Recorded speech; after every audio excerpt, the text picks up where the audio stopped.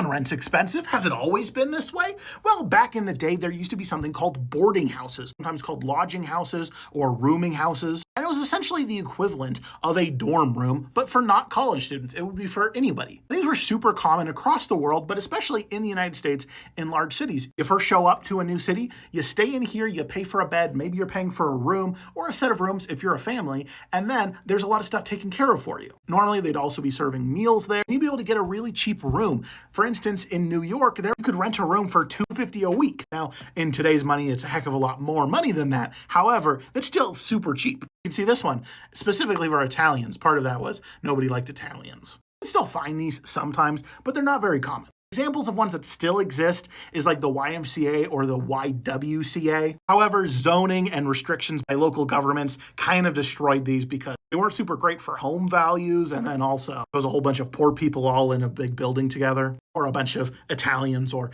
other peoples that they weren't so keen on having around. And so these hardly exist. But how nice would it be, especially if you were a young person, you just moved to a city, to be able to grab a room just for a short period of time to figure out where you're going, what you were wanting to do, not costing you an arm and a leg.